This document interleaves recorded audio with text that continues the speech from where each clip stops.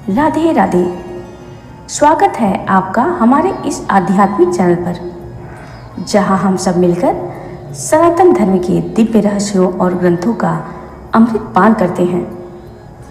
आज हम लेकर आए हैं बैसाख मास महात्म्य कथा का 18वां अध्याय। एक ऐसा अध्याय जो धर्म, पुण्य और मोक्ष का मार्ग खोलता है। कृपया इस कथा को अंत तक सुने और इस ज्ञान को औरों तक पहुंचाएं। श्रुतदेव कहने लगे कि बैसाख मास की मेष संक्रांति में जो प्राणी प्रातः स्नान कर भगवान की पूजा करके भगवान की कथा सुनता है, वह मनुष्य वैकुंठ को जाता है। परंतु जो होती हुई कथा को छोड़कर चले जाते हैं और नहीं सुनते, वह घोर नरक में जाकर पिशाच योनि प्राप्त करते हैं।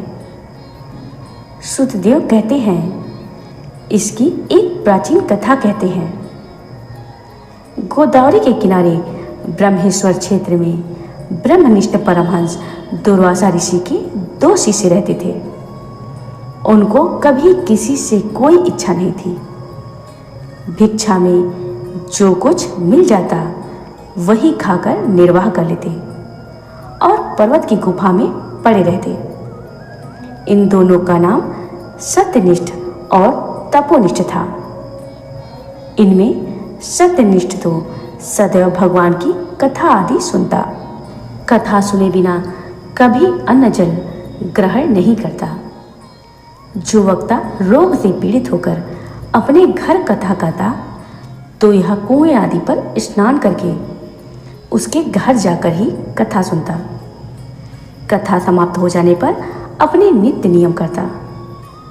इस प्रकार वह सत्यनिष्ठ ऋषि उपनिषदों का यही निश्चय करके सदैव भगवान की भक्ति में तत्पर रहता और सदा उनकी कथा श्रवण करता। दूसरा जो तपोनिष्ठ था, वह अत्यंत दुराग्रही एवं कर्मनिष्ठ था। वह न तो स्वयं कथा गाता न सुनता, अपितु होती हुई कथा को छोड़कर चला जाता कि कहीं तप में विघ्न न पड़ जाए। श्रोता और वक्ता के पास भी वह नहीं जाता था। वह दुर्बुद्धि इसी प्रकार अपना समय बिताता, हरि कथा कहता न सुनता। जब वह मृत्यु को प्राप्त हुआ तो कथा के दुराग्रह से छिन्नकर नाम वाला बलवान पिशाच समी के वृक्ष पर हुआ। वह अपने किए कर्मों का विचार करता हुआ भूख प्यास से दुखी होकर इधर उधर भटकता फिरता था। कदाचित वहां सत्यनिष्ठ भ्रमण करता हुआ उस मठी नसीपुर में आ गया। मार्ग में दुख से पीड़ित छिन्नकर नामक पिशाच को देखकर वह भूख से आतुर बुरी तरह से रो रहा था। उसको देखकर सत्यनिष्ठ कहने लगा कि तुम कौन हो और तुम्हारी यह दशा कैसे हुई, यह सब कहो, अब तुमको दुख नहीं होगा। सत्यनिष्ठ के ऐसे वचन सुनकर अत्यंत व्याकुलता से वह कहने लगा कि हे प्रभु, मैं दुर्वासा का शिष्य तपोनिष्ठ नाम वाला यति हूँ। अपनी दुर्बुद्धि के कारण महात्माओं से विष्णु कथा कर्मों के लोप हो जाने के भय से कभी कथा नहीं सुनी और ना ही कभी कथा सुनाई। इस घोर कर्म से मेरी मृत्यु हुई और छिन्न कर नाम वाला पिशाच होकर इस वन में दुखी होकर भटकता फिरता हूँ। रास्ते में तुमको जाता देखकर ऐसा प्रतीत हुआ कि मेरे भाग्य फिर गए हैं। आज हरि मुझ पर प्रसन्न है जो आपने दर्शन दिए। इस प्रकार रोकर और त्राही त्राही ऐसा कहकर वह सत्यनिष्ठ के चरणों में गिर पड़ा। सत्यनिष्ठ को उस पर बड़ी दया आई।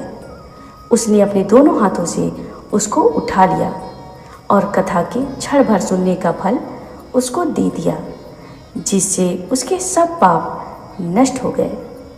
हरिओम तत्सत।